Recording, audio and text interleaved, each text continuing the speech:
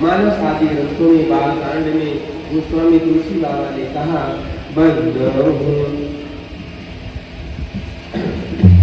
प्रथम वंदना किया, वंदना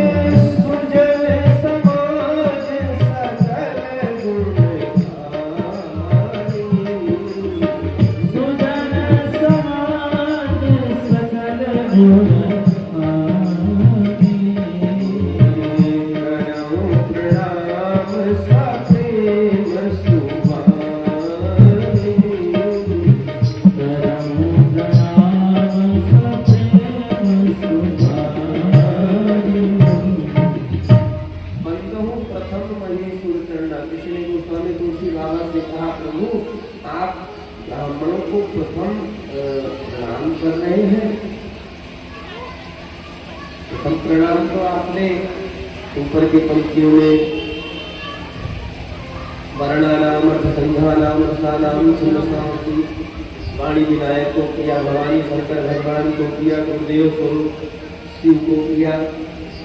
तो यहाँ प्रथम जो लिख रहे हैं गोस्वामी तुलसी बाबा का भाव यह था कि भैया वे वाणी विनायक, वह भगवान भूत भावन भोलेनाथ भवानी शंकर स्वर्ग के देवता प्रथम होंगे, किंतु पृथ्वी का देवता तो बंधु प्रथम महीसुर चरना मोह जनित संशय सब हरना।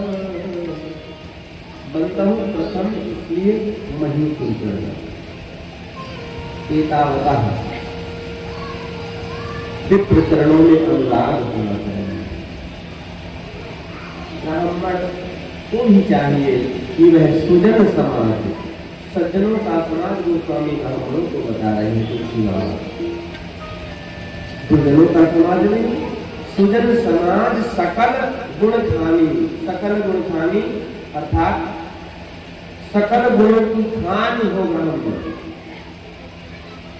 ऐसा कोई गुण ना हो, अवगुण नहीं गुण जो ब्राह्मण में ना हो, ऐसा ब्राह्मण को होना चाहिए।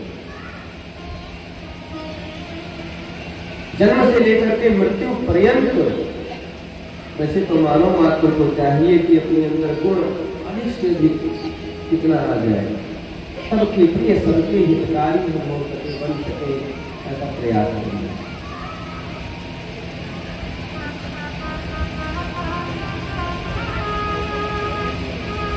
सकल गुण खाने या तो गोस्वामी तुलसी बाबा ने अनंत बलवंत हनुमंत लाल जी को कहा सकल गुण निधानम वारणाणम धीशम है, या तो ब्राह्मण को कहा।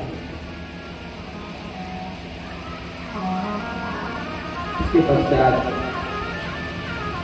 भगवान के बड़े भैया बलराम जी ब्रज की यात्रा करने के लिए जाते हैं। इसकी कथा आती है।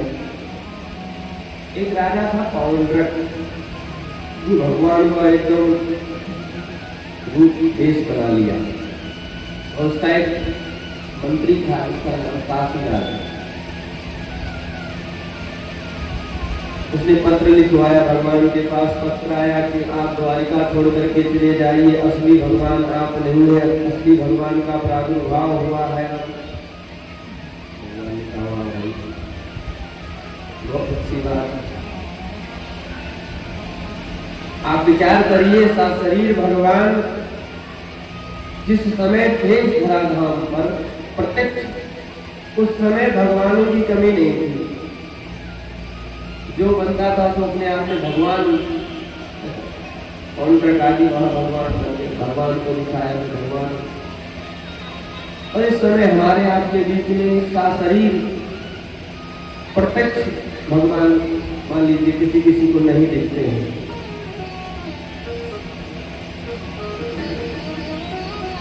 तो इस घोर कलिकाल में कितने भगवान बने, उन भगवानों की कमी होगी क्या?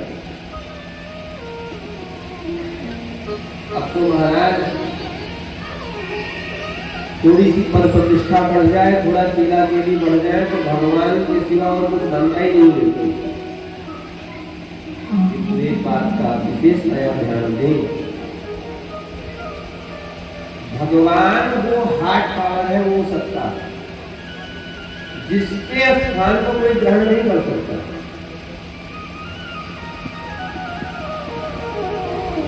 और जिसने भी उस गति को अपनाना चाहा, जिसने भी उस स्थान को बढ़ना चाहा, उसकी कौन सी दुर्गति हुई, उसकी कौन सी गति हुई, यह प्रमाण है इतिहास।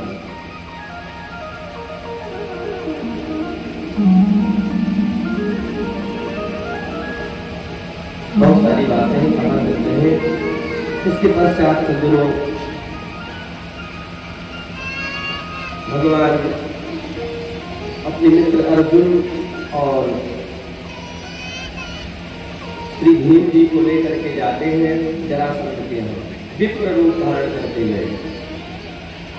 और जरासंध ने परिचय पूछा, आप कौन है? बोले विप्र देवता है। वेशभूषा से भिक्षा मांगने आए हैं, क्या चाहिए भिक्षा में? तो कहते हैं कि हमको भिक्षा में युद्ध दीजिए, हम आपसे युद्ध करना चाहते हैं। जरासंध ने कहा नहीं, आप ब्राह्मण नहीं हो सकते, ये तो छात्र धर्म है, क्षत्रिय का धर्म है।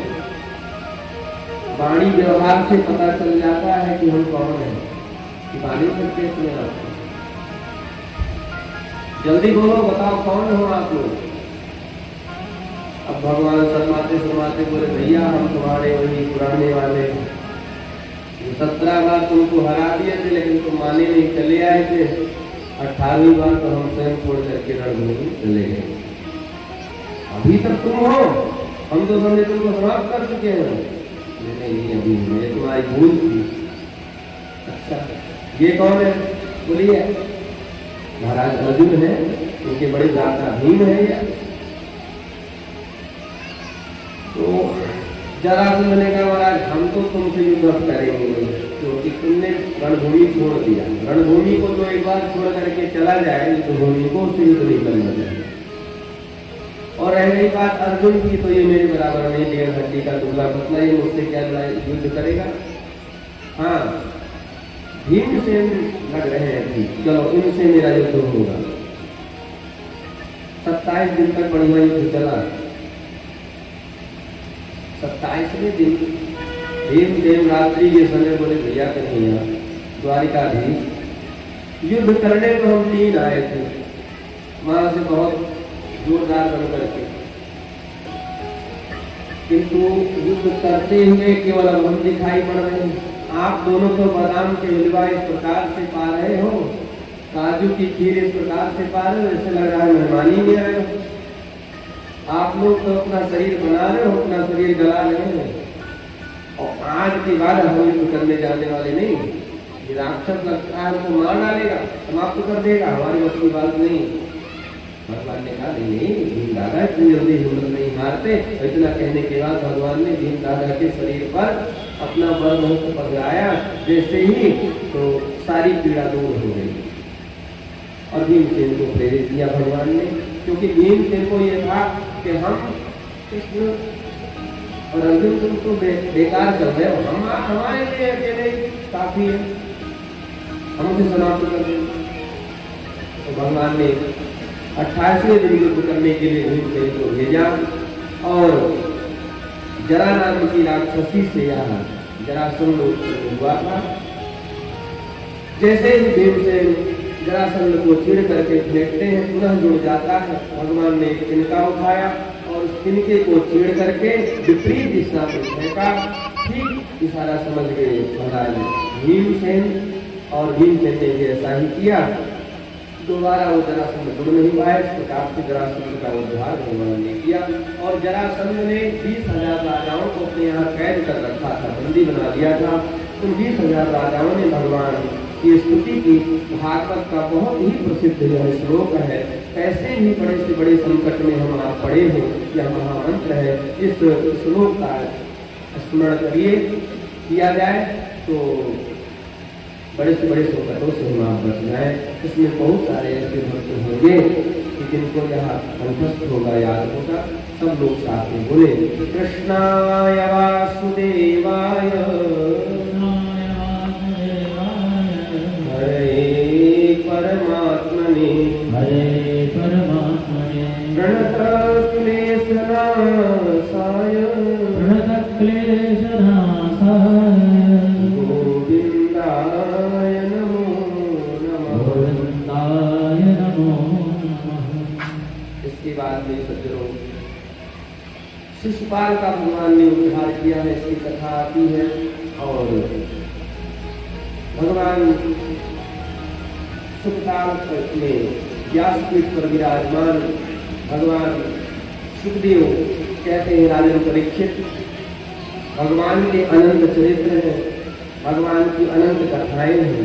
आज कथा का 7वां दिवस है। थोड़े समय में कथा विश्राम की तरफ होने वाली है। अब आप बताओ क्या सुनना चाहते हो अपने मन से। राजा परीक्षित से, श्रोता से सुखदेव भगवान पूछ रहे हैं।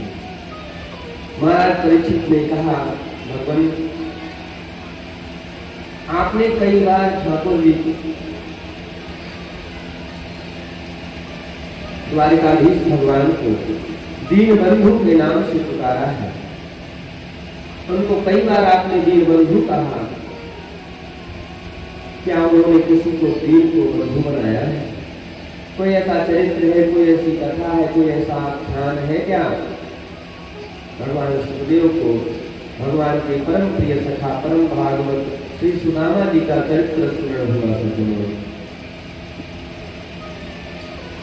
कृष्णस्यासीत् सखा कश्चित् ब्रह्मणो ब्रह्मवित्तमाः विरक्तिन्द्रियार्थेषु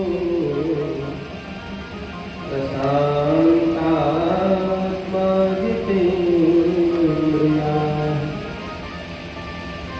कृष्णस्यासीत् सखा कश्चित्। श्री सुखदेव स्वामी कहते हैं, राजन परीक्षित, श्री सुदामा जी कौन है, उनका परिचय दिया। बोले, कृष्णस्यासीत् सखा कश्चित्, भगवान श्री कृष्ण के सखा है श्री सुदामा जी महाराज। सखा किसे कहते हैं? सह खेलती खादती की सखा, जो संगे संग रहा हो, आपके साथ रचन में खेला खाया हो साथ में, उसे सखा कहते हैं। और भी बहुत सारे भाव है सखा के मित्र के। श्री सुदामा जी महाराज का चरित्र सुनाया, किंतु सुदामा जी का नाम इस भागवत में कहीं नहीं। जो अपने से बहुत ज्यादा महानतम श्रेष्ठ होता है, उसका नाम नहीं लेना चाहिए। अनेक प्रकार के विश्लेषणों से श्री स्वामी सुखदेव जी सुदामा जी को पुकारते हैं, किंतु वह नाम नहीं ले रहे। कुछ नाम ऐसे हैं जो नहीं लेना चाहिए, जैसे कि आत्म नाम, अपना नाम बार बार नहीं लेना चाहिए। गुरु नाम, गुरु जी का नाम बार बार नहीं लेना चाहिए, बहुत आवश्यक जब हो तब लिया जाए।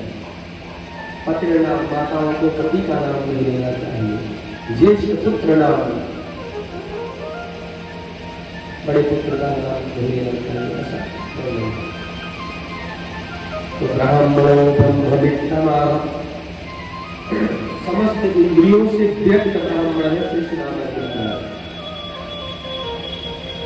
ब्राह्मणो ब्रह्मवित्तमाः, यहाँ वित्तमाः का दो अर्थ है। एक तो ब्रह्मवित्तमाः कह करके श्री वेदव्यास जी महाराज यह बताना चाहते हैं कि ब्रह्मवेत्ता ब्राह्मण है सुदामा जी। दूसरी बात, व्याकरण की दृष्टि से तम प्रत्यय यहां पर लगाया। विशेषतर, विशेषतम, विशेषतम,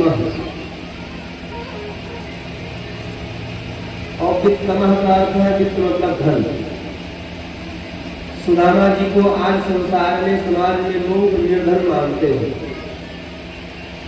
दरिद्र मानते हैं बहुत लोग, किंतु यह हमारे आपके समझने का बहुत बड़ा खेल है। सरल से शब्दों में सज्जनों, सु माने होता है सुंदर और दाम मतलब होता है धन। दाम का अर्थ है रस्सी और दाम का मतलब धन। जब हम कोई वस्तु बाजार से खरीद के लाते हैं तो लोग पूछते हैं भैया कितने पैसे का है, कितने रुपया का है, कितना दाम लगाए इसको, कितना दाम लगाए, कितना धन लगाए। तो दाम मतलब धन, और सुदामा जी का दाम क्या है? भगवान का नाम धन।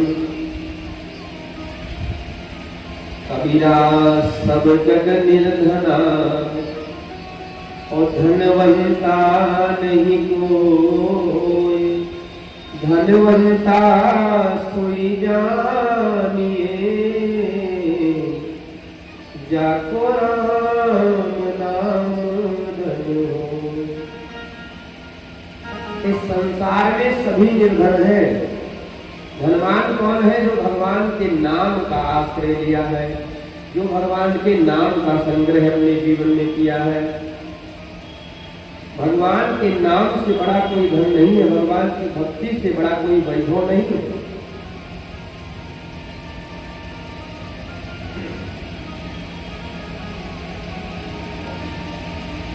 श्री राम राजा सरकार मानस में एक प्रसंग आता है, कथा आती है।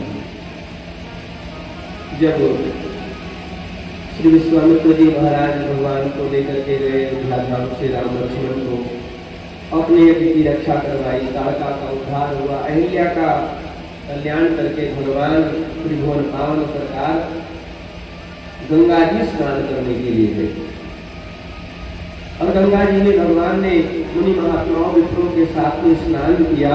और स्नानोपरांत महिमा ऐसी है, मान्यता ऐसी है, शास्त्र की सम्मति ऐसी है कि वहाँ के तीर्थ पुरोहित जो हो, जो पंडा हो, जो पुजारी हो, उनको जो सामर्थ्य हो दान करना चाहिए।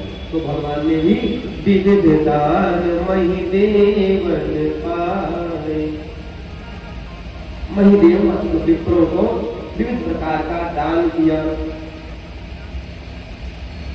तो क्या भगवान रुपया पैसा माल खजाना लेकर के आए थे अयोध्या से? किस चीज का दान किया? बोले भक्ति का, वैभव का भगवान ने उन विप्रों को दान किया। भक्ति का दान ही सबसे बड़ा दान है, सबसे बड़ा धन है, सबसे बड़ा वैभव है। तो भगवान की भक्ति के धनी है श्री सुदामा जी महाराज। विरक्तिन्द्रियार्थेषु प्रशांतात्मा जितेन्द्रिया, समस्त इंद्रियों से विरक्त है और प्रशांत आत्मा, सदैव प्रसन्न रहते हैं।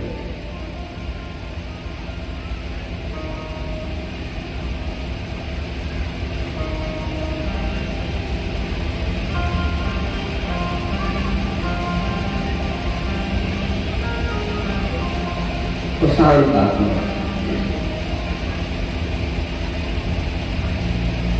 देखो एक बात करने की जरूरत है। सुदामा जी ठीक प्रकार से भोजन कर सके, अपने बच्चों को, पत्नी को भोजन करा सके। उनके पास में अन्न नहीं है, घर में धन नहीं है, यह बात सत्य है। किंतु सुदामा जी दरिद्र है, यह बात सर्वथा अनुचित है। सुदामा जी ठीक प्रकार से अपना अंग तन ढक सके, नवीन वस्त्र खरीद सके, कोई पर्व पर, कोई त्योहार पर अपने बच्चों को नवीन वस्त्र दिला सके, ऐसा सामर्थ्य उनके पास नहीं, ऐसा धन नहीं है। किंतु सुदामा जी निर्धन है, यह बात सर्वथा गलत है। ठंडी गर्मी बरसात से बचने के लिए सुदामा जी महाराज के पास में कोई खान छप्पड़ या कोई मजबूत घर नहीं है, यह बात सत्य है। किंतु सुदामा जी निर्धन है, यह बात सर्वथा गलत है। क्यों? क्योंकि संसार में शास्त्रों की दृष्टि में, संतों की दृष्टि में निर्धन वह है, दरिद्र वह है जिसकी अनंत इच्छाएं हैं। इतना तो मिल गया, इतना और मिल जाता है। जब आवे संतोष धन सब धन भूरी समान।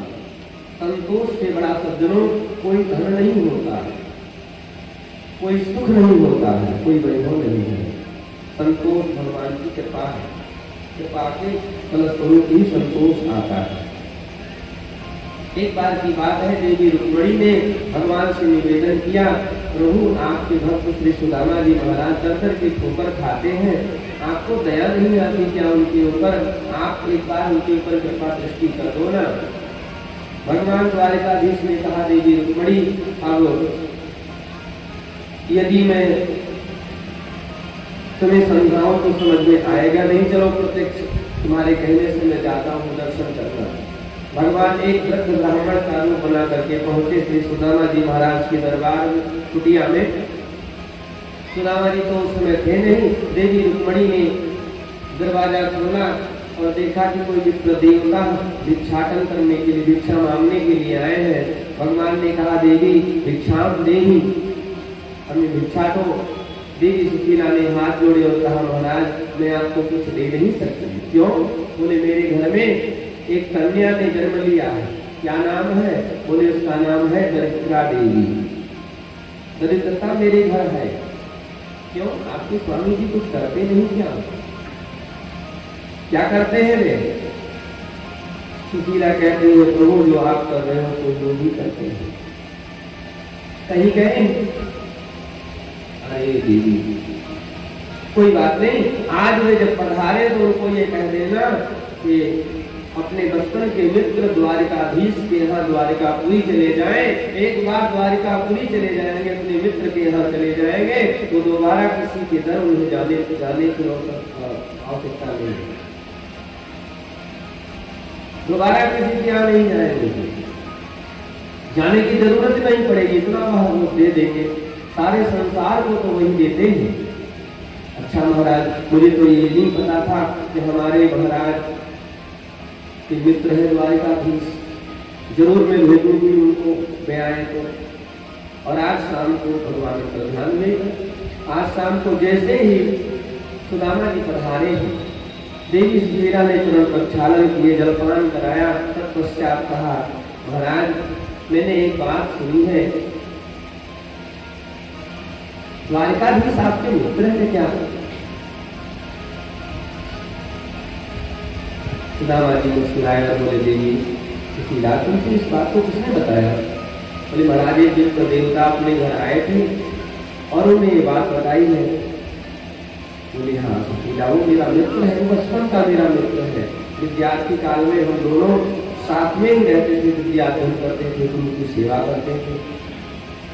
अच्छा, उन्होंने एक बात और कहा है कि एक बार उनके दरबार में चले जाएं, दोबारा कहीं मांगने की आवश्यकता नहीं पड़ेगी। सुदामा जी के नेत्र सजल हो गए, रोने लगे और बोले, सुशीला ये तुम क्या कह रही हो? मेरा मित्र, मेरा भगवान, मेरा प्रभु, मेरा परमात्मा मुझे इस अवस्था में देखेगा, इस स्थिति में देखेगा तो उससे क्या बीतेगी? तुमने कभी सोचा है, कभी कल्पना की है? एक मित्र जो अपने मित्र को दुखी दारिद्र देखता है तो उसे कितना दुख होता है। ठीक इसका उल्टा, इस कलिकाल में जब मित्र अपने मित्र को दुखी दारिद्र असहाय परेशान देखता है तो सुखी होता है। इनको मित्रता का प्रमाण जब कभी दिया जाता है तो इतिहास में भागवत में सुदामा के चरित्र को भी देखा जाता है। कृष्ण और सुदामा की जो मित्रता है। देवी है उनके दरबार में मांगने के लिए जाओ। सुशीला ने कहा, प्रभु अब आप तो यही बात बार बार कर देते हो। देखो आप अपने लिए न जाओ तो कम से कम बच्चे हैं परिवार में, बच्चों के लिए चले जाओ। जब बच्चे भूखे होते हैं, भोजन मांगते हैं तो हम एक ही बात कह देते हैं, बेटा तुम्हें पता नहीं आज एकादशी है। बच्चे चुप हो जाते हैं। तब तक मैं उन्हें झूठे बताती रहूंगी कि आज एकादशी है, तब तक असत्य भाषण करूंगी बच्चों से। देवी सुशीला ने इस प्रकार से कहा, और सुदामा जी को लगा कि हमारी धर्मपत्नी कहीं न कहीं एक प्रकार से ठीक ही कह रही है। धर्मपत्नी कहलाने की उत्तम पात्रा वही महिला है, वही स्त्री है, वही पत्नी है जो अपने पति को परम पिता परमात्मा की तरफ, धर्म की तरफ अग्रसर करा दे, पतन के मार्ग से बचा ले। अयम ही परमो लाभो गृहेषु, अयम ही परमो लाभो उत्तम श्लोक दर्शनम। भगवान का दर्शन उत्तम श्लोक है, परम लाभ है जीवन का। और मेरी पत्नी भगवान के दर्शन को भेज रही है, जरूर मुझे जाना चाहिए। किंतु सुदामा जी ने कहा, देवी सुशीला जाऊं तो मैं ठीक, लेकिन कुछ स्थान ऐसे होते हैं जहाँ खाली हाथ नहीं जाया जाता है और हमारे पास तो कुछ है नहीं, क्या करें।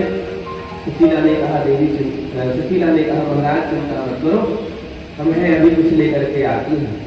और दौड़ी गई सुशीला, 4-5 ब्राह्मणों के घर से भिक्षा मांग करके लेकर के आई। भिक्षा में क्या मिला? चावल, और अनेक घरों के मांगे हुए चावल अलग अलग क्वालिटी के। घर के किसी फटे पुराने वस्त्र में लपेट करके कई बार बांध करके दे दिया है। या चित्वा चतुरो मुष्टिं विप्रान् पथुकदण्डुनां चैलखण्डेन तान् बद्ध्वा भद्रे प्रादादुपायनम्।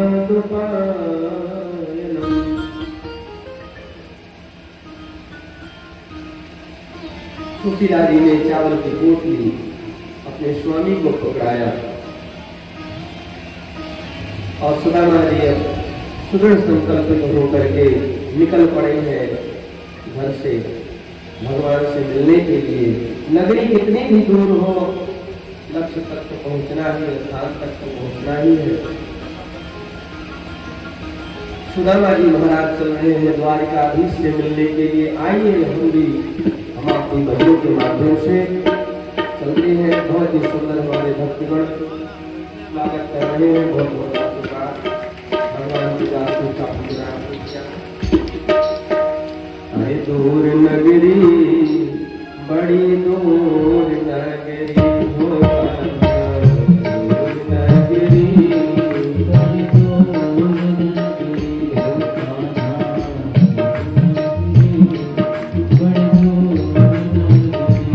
कैसे आऊं रे कन्हैया, कैसे आऊं रे कन्हैया, तेरी द्वारिका नगरी बड़ी दूर नगरी हो।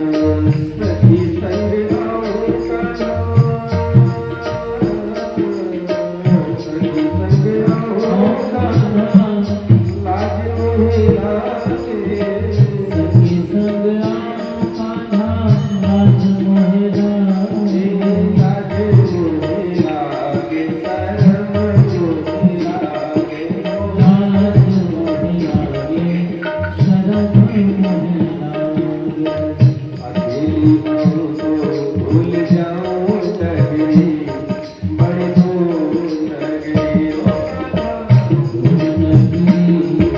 बड़ी दूर नगरी।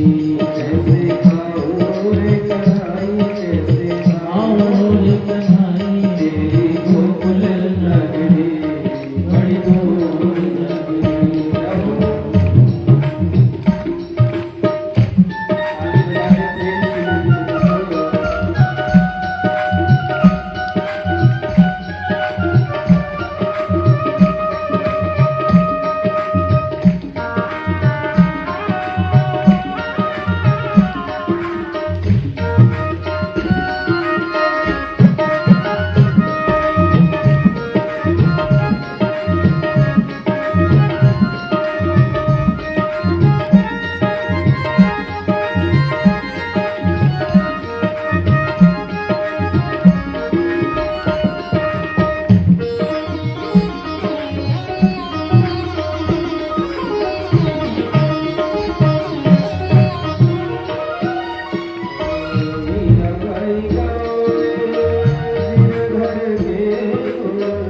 मीराबाई गावे प्यारा गिरधर नागर।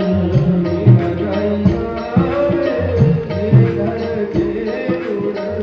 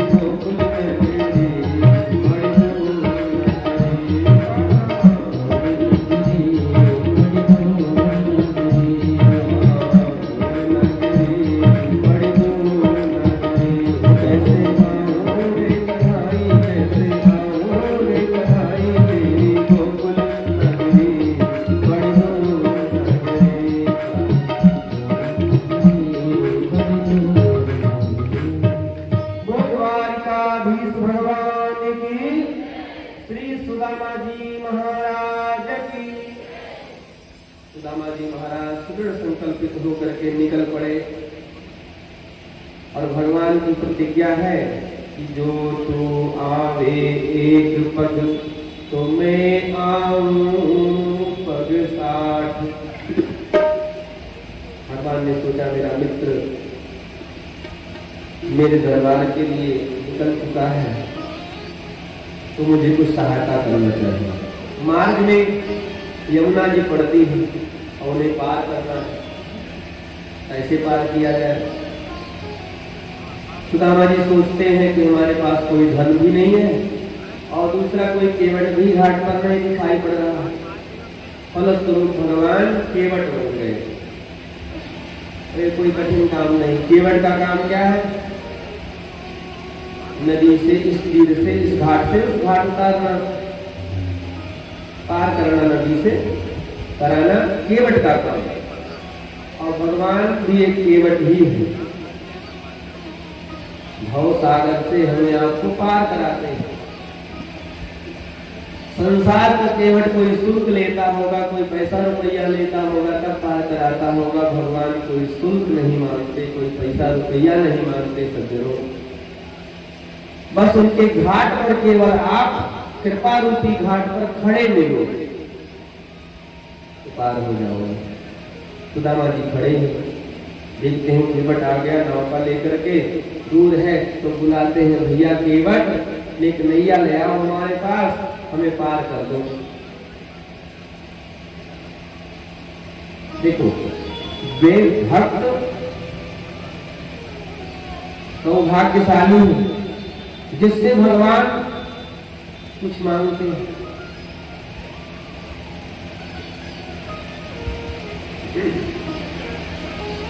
भगवान से प्रायः भक्त मांगते हैं, किंतु वह भक्त तो अत्यंत सौभाग्यशाली है जिससे भगवान भी मांगते हैं। रामावतार में भगवान राघवेंद्र सरकार ने भक्त केवट से नौका मांगी और कृष्णावतार में एक भक्त केवट रूपधारी द्वारिकाधीश भगवान से नाव का मान रहा।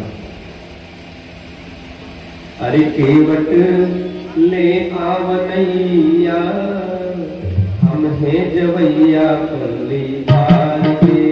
हो केवट ले आवनैया, हम हैं जवैया पल्ली पार के। केवट ले आवनैया, हम हैं जवैया पल्ली पार के। केवट ले आवनैया, हम हैं जवैया पल्ली पार के। केवट अपनी ले आवनैया, जाना हमें जरूरी। केवट अपनी ले आवनैया, जाना हमें जरूरी। केवट अपनी ले आवनैया, केवट अपनी ले आवनैया, जाना हमें जरूरी। तेरी करमत भैया, हम हैं जवैया पल्ली पार के। हो तेरी करमत भैया, हम हैं जवैया पल्ली पार के। केवट ले आवनैया, हम हैं जवैया पल्ली पार के। केवट ले आवनैया, हम हैं जवैया पल्ली पार के। हरि हम हैं जवैया पल्ली पार के। हम हैं जवैया पल्ली पार के।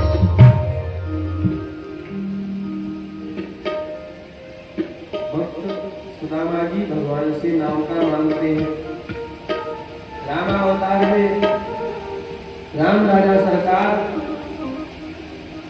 बालक भगवान व्यासदेव का पूजन कर रहे हैं। बहुत बहुत शुभकामनाएं, आशीर्वाद।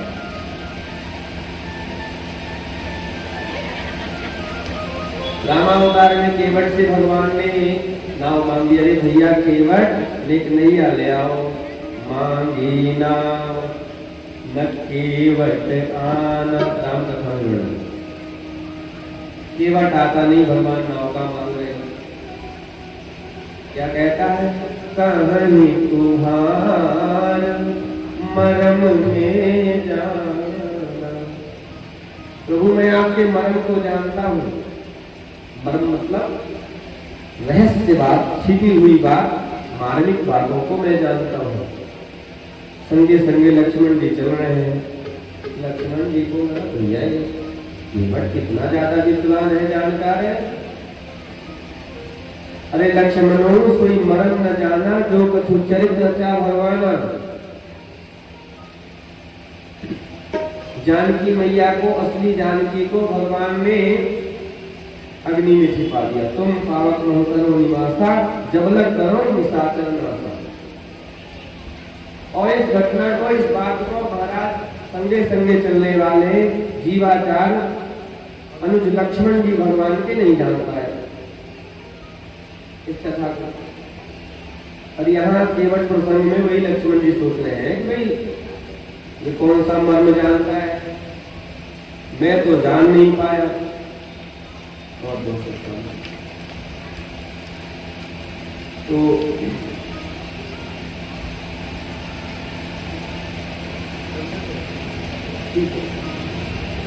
बोलिए भक्तवत्सल भगवान की।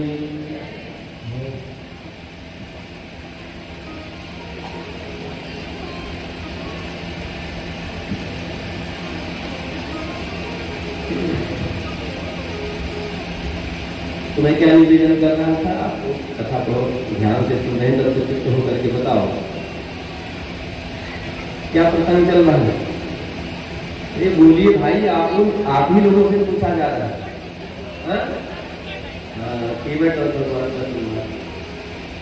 तो केवट ने कहा कि प्रभु मैं आपका मर्म जानता हूँ।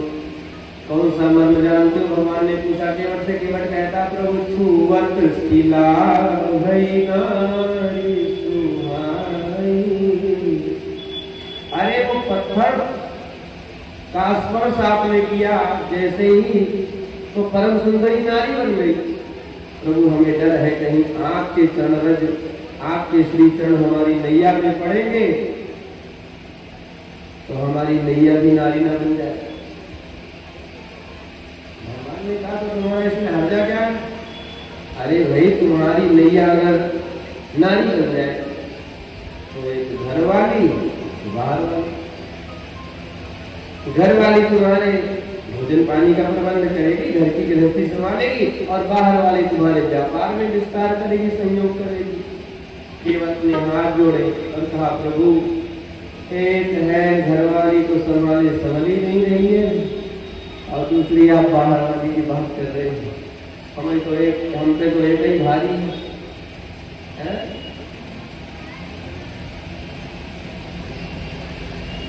और रह गई बात कहूँ, यही प्रतिपालो सब परिवारों, नहीं जानो कछु और कबारो। प्रभु इस नौका को चला करके मैं पूरे परिवार को पालता हूँ अपने, और दूसरा काम मैं जानता नहीं। भगवान ने कहा दूसरा काम नहीं जानते। ये युग है बहुयामी बनने का। एक हाथ पे हाथ रख के बैठे रहो, एक ही काम करने जानो, वो काम व्यक्ति असफल हो जाएगा। जानना चाहिए भाई। जैसे कि एक बार की बात है, 4 मित्र चौराहे पर बैठे, कानूनी था उनका चौराहे पर बैठना और चाय पीना, बनवा। ये चाय बनाने वाले जो होते हैं, चाय की दुकान खोलने वाले, वही प्रेम का विस्तार बहुत बढ़िया करते हैं। सुबह की बाल्टी भरी और शाम तक समझो कि उनकी बाल्टी में तो गंगा जी का वास हो गया, और समय भी नहीं है। 4 लोग उधर से, भैया तनिक मलाई मार करके चाय बना करके दो जल्दी। अब गिलास उठाए और उल्टी करके गया था, नीचे डाले बाल्टी में, उठाए तुरंत। उसके बाद में चाय बड़े प्रेम से लोग पीते हैं। जूठा सकरा का कोई भेदभाव नहीं। जूठा किसका खाना चाहिए? अपने से श्रेष्ठ का, अपने से बड़े का, अपने से श्रेष्ठ गुणवान व्यक्ति का, अपने गुरु का, अपने माता पिता का, भगवान का उच्छिष्ट प्रसाद ग्रहण करना चाहिए। जैसे व्यक्ति का जूठा हम खाते हैं, वैसे व्यक्ति का गुण दोष हमारे भीतर आ जाता है। अपने से श्रेष्ठ का जूठा खाना चाहिए। आज स्वागत करने वालों की संख्या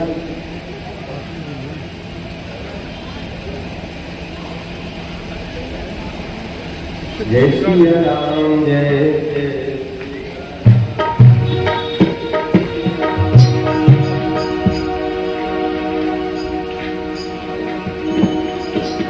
जब कोई नहीं आता घनश्याम आते हैं, मेरे दुख के दिनों में हो बड़े काम आते हैं। मेरे दुख के दिनों में हो बड़े काम आते हैं। जब बोलिए भक्त भगवान की। अगर आज की कथा विश्राम दिवस की कथा है, और आज हमारे स्वागत करने वाले की संख्या भी बहुत है। जब से कथा कहने के लिए यहाँ पर उपस्थित हुए हैं, तब से स्वागत का करने वालों के भक्तों के लाइन की घड़ी नहीं टूट रही है, लगातार सब चल ही रहे हैं। ये दिल की कथा में व्यवधान होता है, लेकिन व्यास जी का पूजन कर रहे हैं आप, बहुत अच्छी बात है। सभी को बहुत बहुत शुभकामनाएं। हमारे मिश्रा जी, तो भाई जब से कथा यहाँ प्रारंभ हुई है, प्रत्येक दिवस बड़ा दिल से स्वागत कर रहे हैं, व्यास जी का पूजन कर रहे हैं। निसंदेह आप आशीर्वाद के भगवान के कृपा पात्र हैं, और बहुत बहुत शुभकामनाएं आपको। भगवान की कृपा आपको प्राप्त हो। श्री हरिभक्ति वस्तु कल्याण वस्तु। हमारे पूज्य गुरु भाई जी का स्वागत आपको प्राप्त कर रहे हैं। कर्तव्य होने के साथ आपको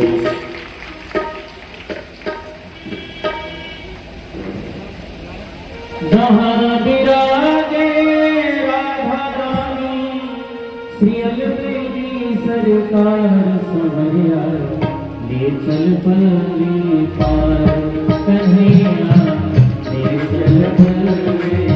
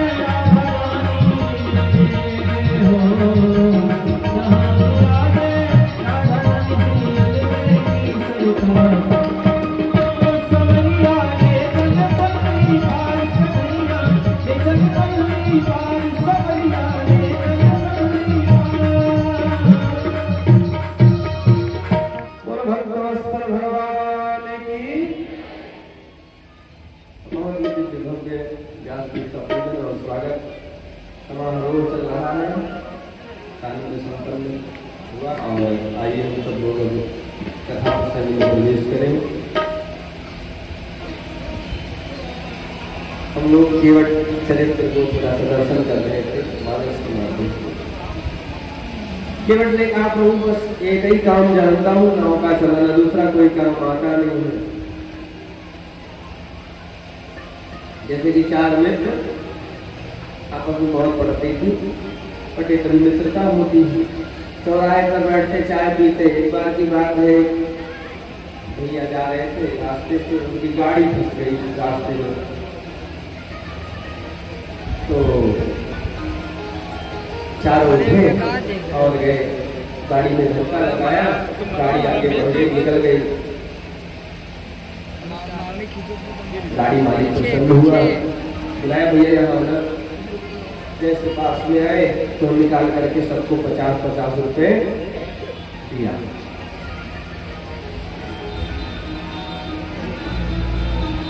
गाड़ी मालिक ने 50-50 रुपए सबको दिए। और जैसे ही महाराज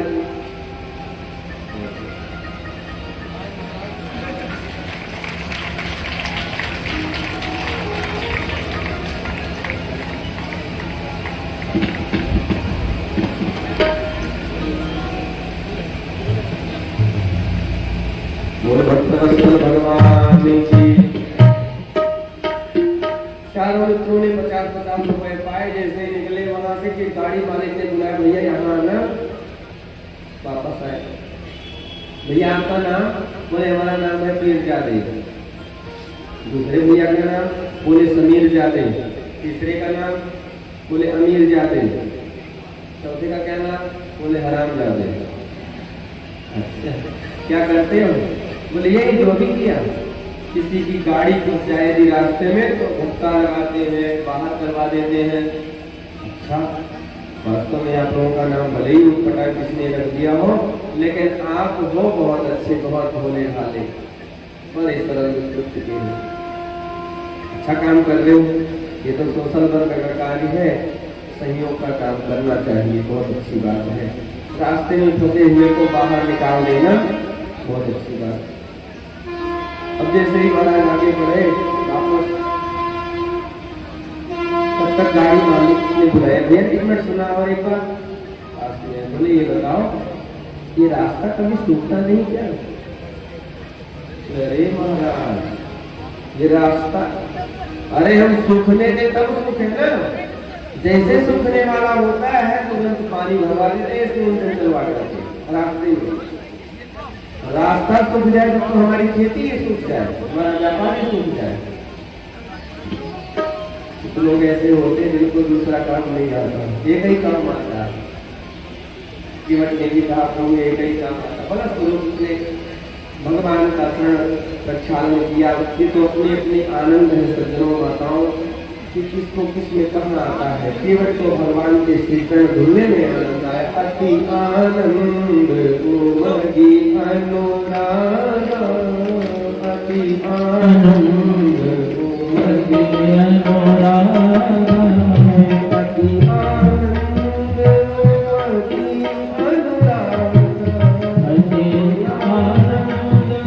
उमगी अनुराग।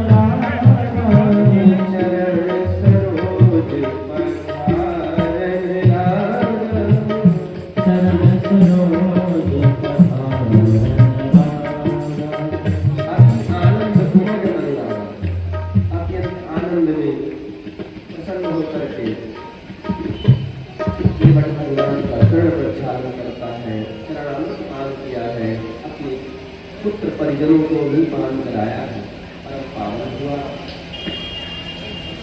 तो केवट रूपधारी भगवान भी आ गए हैं इधर भागवत कथा में। द्वारिकाधीश पास में आए, सुदामा जी को बैठाया नौका में, पार किए घाट। अब सुदामा जी महाराज पैदल पग यात्रा कर रहे हैं। अभी भी द्वारिकापुरी बहुत दूर है। चलते चलते थक गए सुदामा जी।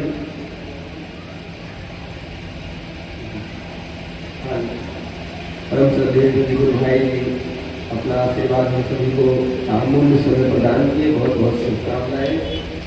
और आप बाराबंकी में ही शेख मऊ गांव राम जानकी मंदिर है, श्री राम जानकी मंदिर, वहाँ पर आप श्री महंत हैं।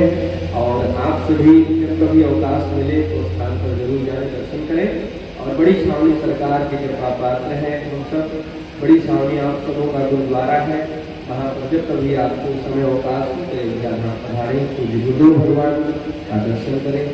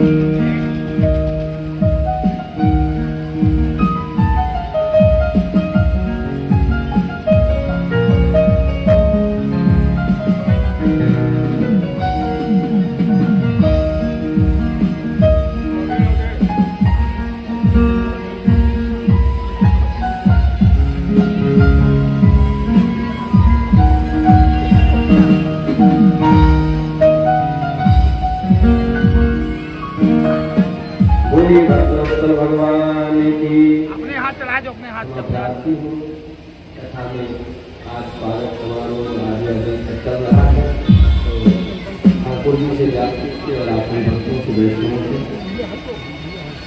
आइए हम सब यथा समय यथावती कथा में ही प्रवेश करें। और सभी से भक्तों से भी मेरा कर्मठ निवेदन है कि जिनको भी स्वागत आदि करना है वो अभी आरती से पहले नाम जो दिया जाएगा पर्ची में लेकर के दे देंगे। स्वागत समारोह 10-5 मिनट तक जो भी होगा वो बाद में हो जाएगा। कथा में क्योंकि ध्यान इधर उधर होता है, श्रोताओं का भी भटकता है और व्यास शैली भी थोड़ा सा असमर्थता लगती है, बोलने में निकलना कुछ होता निकल कुछ जाता है, प्रसंग में आप लोग भी वहाँ नहीं ले पाते। तो निवेदन है सभी से कि आप लोग सत्यचित्त होकर के केवल कथा को ही श्रवण करें। तो स्थान करें, स्थान के लिए बहुत बहुत धन्यवाद। साधु गुलाम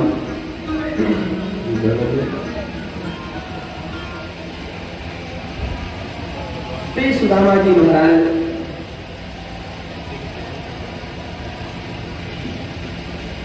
नौका में बैठे केवट पे इस पार से उस पार किया, पद यात्रा कर रहे हैं। नगरी बहुत दूर है। चलते चलते थक गए, एक वृक्ष के नीचे बैठे सो गए। शरीर में थकावट जब होती है, परिश्रम जब होता है तो निद्रा बहुत शान से आ जाती है। दवा खाने की औषधि लेने की आवश्यकता नहीं पड़ती। नींद न जाने टूटी खाट और भूख न जाने सूखा भात। भूख लगी हो तो नाटक नहीं आता, नमक कम है, मिर्चा ज्यादा है, तेल बहुत है, मसाले कम है, ये सारा नाटक कब आता है। और देखो कई बार तो परिवार सज्जनों माताओं इस वजह से लोगों का विकृत हो जाता है। बहुत लोग बड़े नाटकी होते हैं, ऐसा नहीं खाएंगे, वैसा नहीं पिएंगे, ऐसा नहीं रहेंगे, वैसा नहीं रहेंगे। समझो ब्रह्मा बाबा ने उनको स्पेशल अलग से ही बना भेजा। सरलता लाओ, सहजता लाओ कुछ जीवन में, ज्यादा व्यवस्था ही देखना है तो फिर क्या मतलब।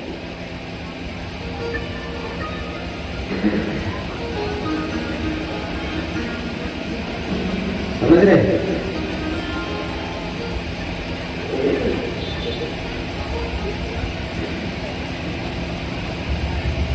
बहुत दयालुता की आवश्यकता है। प्रणादि नीचे न, भगवान की कृपा ऐसे नहीं होती।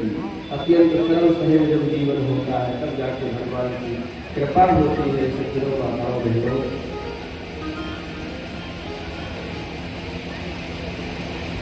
सुदामा जी महाराज सो गए। अब सोते हुए सुदामा जी को भगवान ने सोचा क्या करें, तो सोते हुए सुदामा जी को सीधे द्वारिकापुरी पहुंचा दिया। द्वारिकापुरी में जैसे ही नींद खुली सुदामा जी के नेत्र खुले तो देखते हैं चारों तरफ चकाचौंध। भैया हम कहाँ गए, हम तो वन में वृक्ष के नीचे सोए हुए थे। जाते रहे पथिक से बोले भैया ने किधर रहियो, हमें द्वारिका जाना है, एक पता बता दीजो। पथिक मुस्कुरा दो, बोलो बाबा आप द्वारिकापुरी में ही तो खड़े हो, क्या करो भैया ये द्वारिकापुरी है। बोले हाँ महाराज ये द्वारिकापुरी है। अच्छा तो जाने एक बात और बता दीजिए भैया, हमारा कन्हैया किधर है। क्या बोल रही है कन्हैया?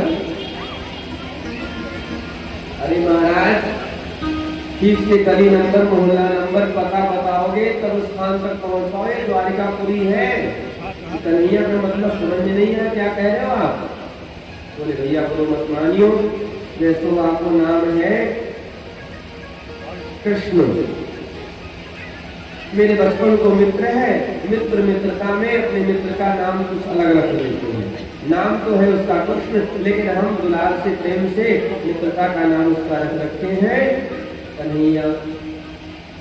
पति बोलो बाबा उनको नाम ऐसे ना लिए जाए। अनंत कोटि ब्रह्मांड नायक सर्वेश्वर प्राप्त रत्नेश्वर पर ब्रह्म दीन गुरु दया सिंधु कृपा सिंधु शरणागत वत्सल भक्त वत्सल राज राजेश्वर सर्वेश्वर द्वारिकाधीश्वर गौर प्रतिपालक सर्वेश्वर सर्व स्वतंत्र श्री कृष्णचंद्र सरकार की।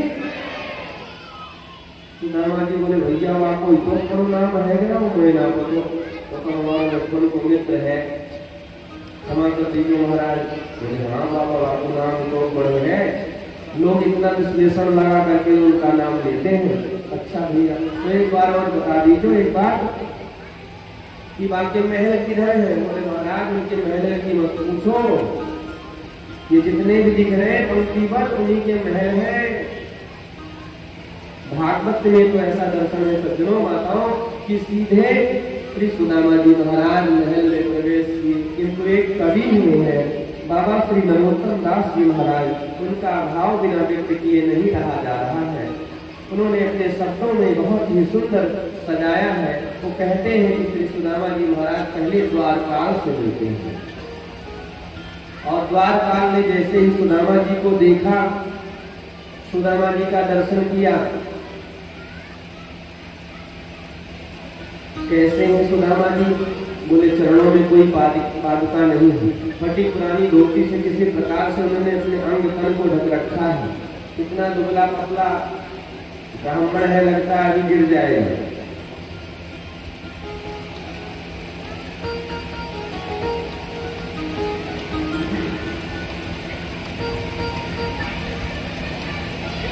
सर पे कोई पटिया नहीं है, पगड़ी नहीं है, चरणों में कोई पादुका नहीं है और नाम बता रहे भगवान का, द्वारिकाधीश का बताते हैं मित्र है, अपना नाम सुदामा बता रहे हैं। क्या किया जाए?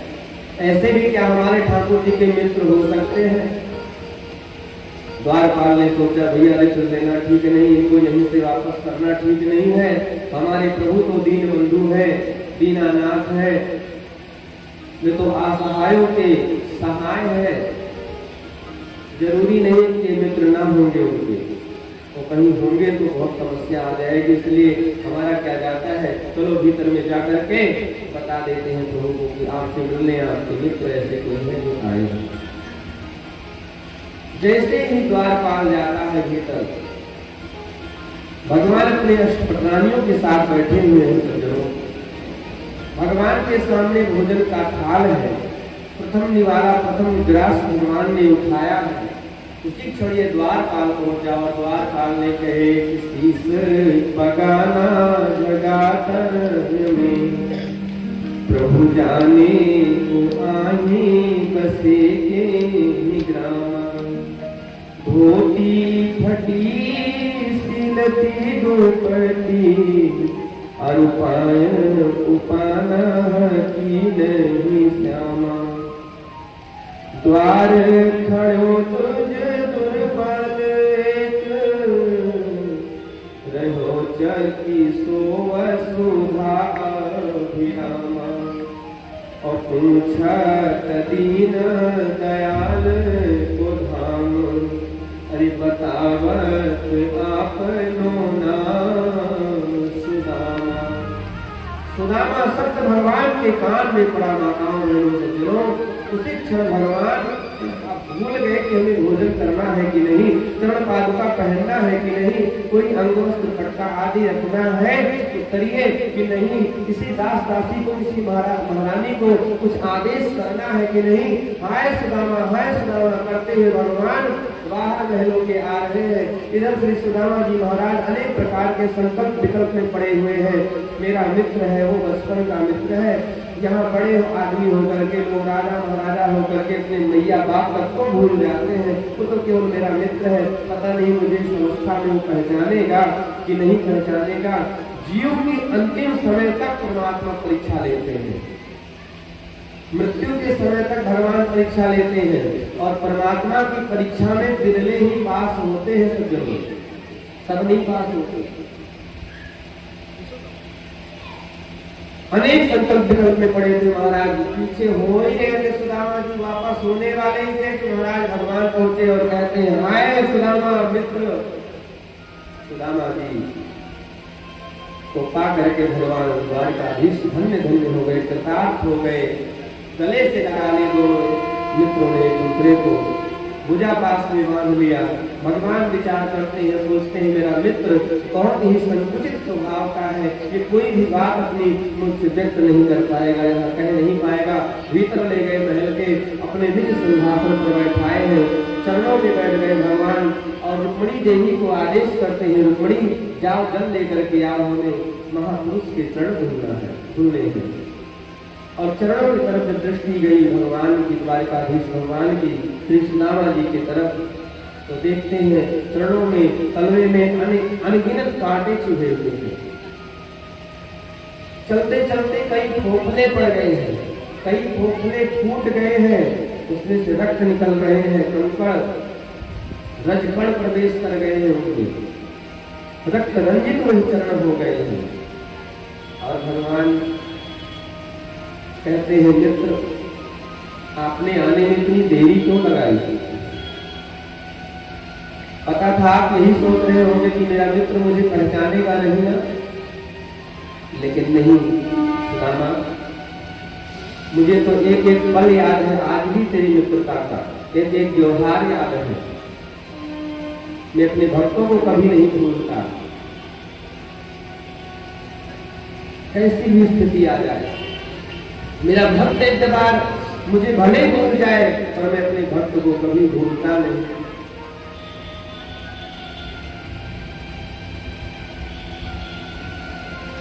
भगवान कहते हैं सुदामा जी, हे मेरे मित्र, हे मेरे इष्ट आराध्य, मैं आज आपका चरण प्रक्षालन किस जल से करूं? अगर गंगा जल से मैं आपका चरण प्रक्षालन करता हूं तो इसमें कोई महानता नहीं है।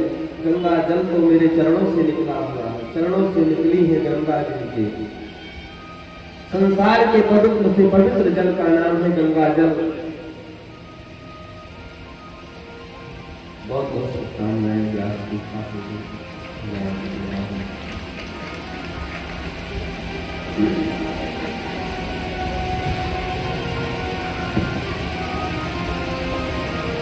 आज भगवान ने सुदामा जी के श्री चरण धुलने का एक नया तरीका निकाला है। सज्जनों, माताओं, बहनों, क्या किया है भगवान ने? अपना हाथ, अपनी अंजलि सुदामा जी के तलवे में रख देते हैं नीचे, और ऊपर से अपना मस्तक पंजे पर रख करके इतना रोए हैं महाराज कि प्रीति का की अधिकता में परमात्मा ने भगवान के श्री चरण धुल लिए। प्रीतो विमुञ्चयन् बिन्दुं नेत्राभ्यां पुष्करे क्षणा। भागवतकार पढ़ते हैं, ऐसे विहार विवाइन सो पग कंटक जाल लगे भूमि जो। ओहाए महादुख पायो सखा, तुम आए किते ना किते दीन कोई। देखी सुदामा की दीन दशा,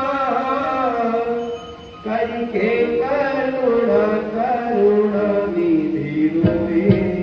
पानी परात को हाथ छुयो नहीं, नैनन के जल सो भर होई। अरे पानी परात को हाथ छुयो नहीं, नैनन के जल सो भर होई। पानी परात को हाथ छुयो नहीं, नैनन के जल से भर होई। ऐसे देवाइन सोमर, ऐसे देहान देवाइन, पग कंटक जाल लगे पूरी जोए।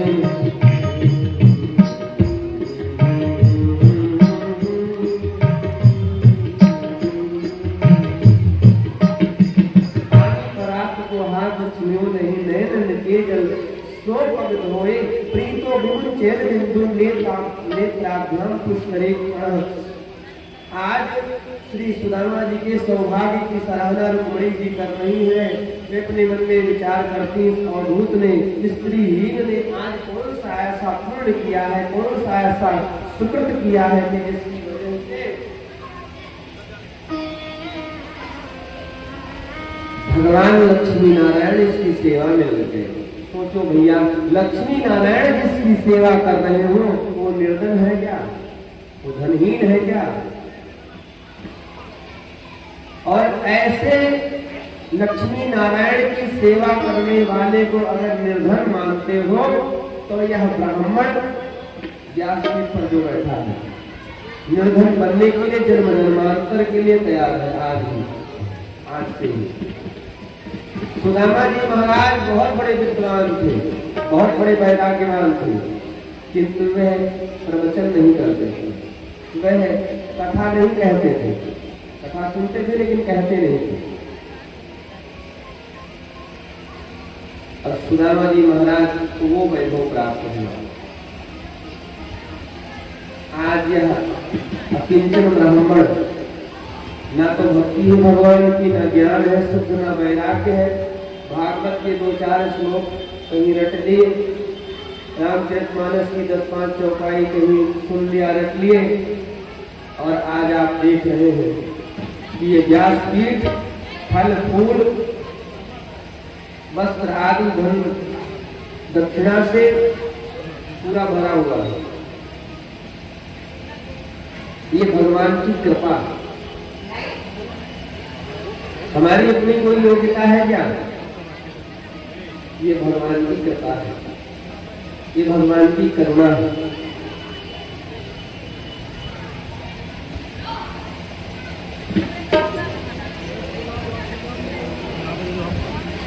तो सुदामा जी के श्री चरण प्रक्षालन भगवान ने किए, दिव्य जलपान कराया, उनकी भोजन कराए और दूध के झाग के समान शुभ कोमल सैया पर सुंदर शयन कराया है भगवान ने।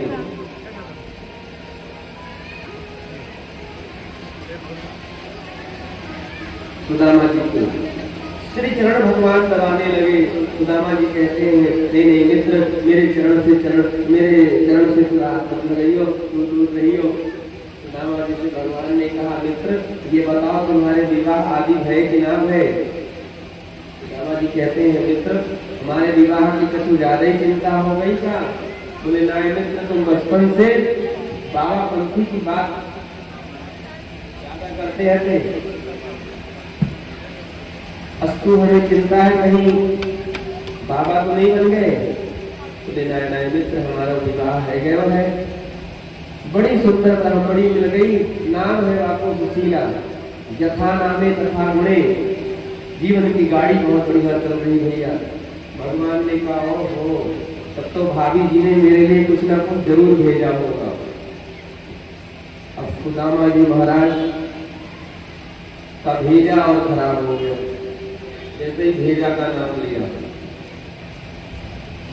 यूं तो पढ़ो महाराज राजा, और अपन लाए क्या है? तो पढ़ो आपको परिवार लाए क्या है? ठंडा चावल। अरे नाना भैया बहुत बड़ी बेइज्जती है जाएगी, पकड़ी और जोर से दबा ली, हम देंगे नहीं। अरे मित्र हमारे पास था तो जो तुम्हारे लिए दे करके आते। नहीं मित्र, लाए हो तो बताओ, नहीं लाए हो तो कोई बात नहीं। नहीं मित्र,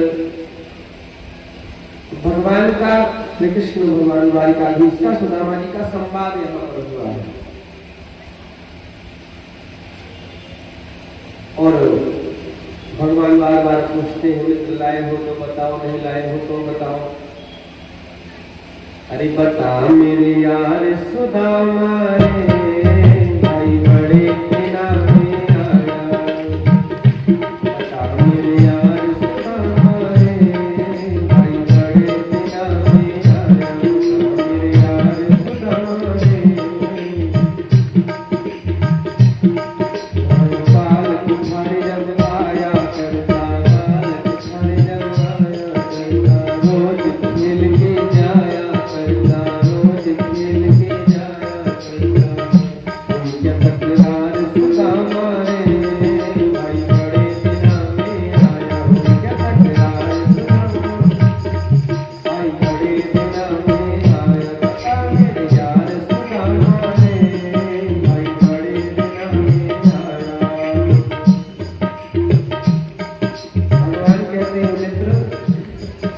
बहुत दिनों के बाद में आए हो।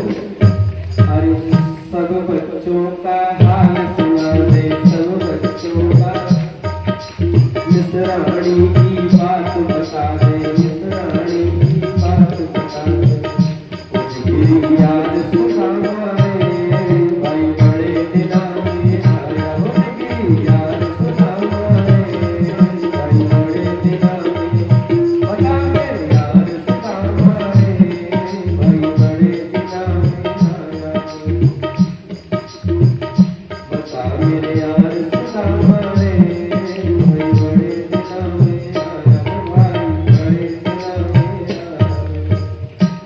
इस प्रकार से भगवान द्वारिकाधीश और सुदामा जी का संवाद हुआ। भगवान बोले मित्र लाए हो तो बताओ, कुछ स्वागत करने के लिए, नहीं लाए हो तो कोई बात नहीं। सुदामा जी कहते भैया हमारे पास कहा तो जो हम तुम्हारे लिए लेकर के आते। भगवान बोले मित्र एक बात पूछूं, हम देख रहे तुमको, जब से तुम आए हो कि तुम्हारे हाथ में क्या है जो है, ऐसे दबा करके बैठे हो, हाथ में कहा है जो? सुदामा जी बोले अरे भैया इतनी दूर से आए हैं तो शरीर में थकावट तो हो ही जाती है, हाथ में दर्द हो रहे, इतनी दूर से आए हैं। भगवान बोले मित्र चल के तो पैर से आ गए, दर्द हो रहे हाथ में। बोले हाथ में तो ऐसे तेज नहीं ला रहे थे, जितना तेज कई बार लोग पैर नहीं चलाते उससे ज्यादा तेज हाथ चलाते हैं, समझो हम चल रहे हैं। भगवान बोले मित्र ओहो ये बात है, दर्द हुए रहे हाथ में और हम दबाए रहे पैर, लाओ लाओ चलो हाथ दबाए दे तुम्हारे। सुदामा जी बोले नहीं नहीं भैया हमारे हाथ से तू हाथ मत लगाइयो, तू तो दूर ही रहियो। भगवान बोले नहीं नहीं मित्र अब तुम्हारे हाथ के दर्द हम दूर करके ही रहेंगे। और हाथ को खींचा भगवान ने, पुतलियां गिर गई, पोटली उठाए भगवान, पोटली को खोलते हैं और ग्रास भगवान ने पाया। और पाते ही भगवान ने विश्वकर्मा जी महाराज को आदेश कर दिया, ये विश्वकर्मा जी जैसे हमारी द्वारिकापुरी है इससे भी ज्यादा कहीं सुंदर, अनंत गुना सुंदर सुदामापुरी का निर्माण होना चाहिए।